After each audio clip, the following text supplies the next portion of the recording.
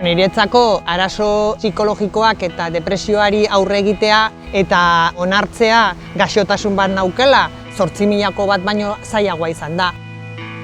31 urte inguru nituenean, ni negoen mendian sartuta tope, orduan 8.000koak egiten eta ja punta-puntan negoen. Eta iristen da momentu bat, amatasun nahi hori edo iristen dala eta sentitzen hasten naizela, ez? Eta galdera asko egiten hasten naiz nire buruari. Gizartean bakarrik entzuten dituen gauzak horrelakoak bezala, mendiak ez dauka sentidua, zuk ez dezu bizitza honetaz irabazten, se te va pasar el arroz, hori entzun dut 8.000 milioi aldiz. Zergatikan, bizigalako gizarte batetan ematen dula gauza batzuk eta pauso batzuk jarraitu behar dituzula, eta horrek eman ninduen, 31 urte nituenean, galdera horiei erantzuna ez aurkitzea eta depresiora.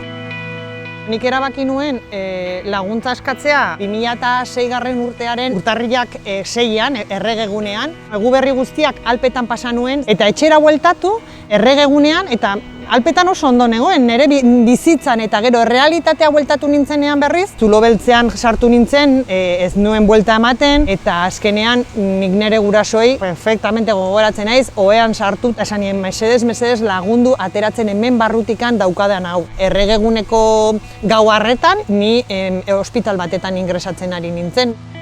Nik 2012 urteraino antidepresiboak hartu nituen, mendian eskalatzen, himalaiismoan, kanpoari begira segurona mundu guztiak ikusten zuela Edurne 8.000koak igotzen zituena, exitoa zaukana eta horrelako gauzak, baina nik egunero bai 7.000 metrotan, egun goizetan, beti nire antidepresiboa inongo problemi gabe hartzen nuen, ezta?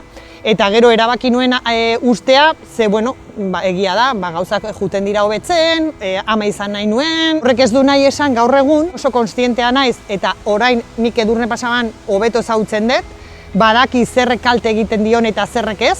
Askotan ariketa hori egin behar dut, ze badakit nik nire arazoa zein dan eta arazoa gerturatzen zaidanean erabat eta edo bestea alejatzen saiatzen nahi. Eta ere kontziente naiz, pasa daitekela berriz.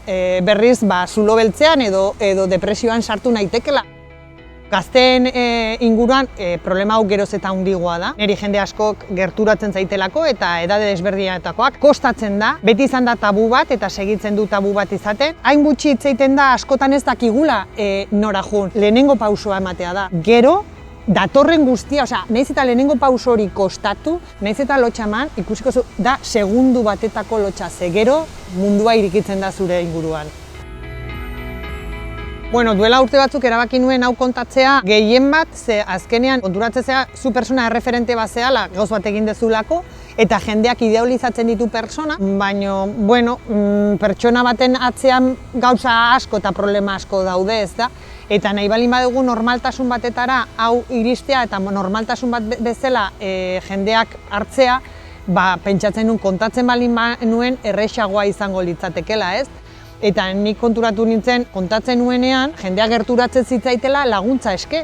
Batzutan ez daukagu gu bakarrik arazoa. Esaten dudanean ez dijoa bakarrik gaixoari dirigituta, baizik eta beste mundu guztiari esanez, aizu, barkatu. Begira, nik 8.000koak egin ditut, hau pasatu zait, baino bizitza normala egin dezaket. Beraz, normala bezala tratatu didazu mesedez.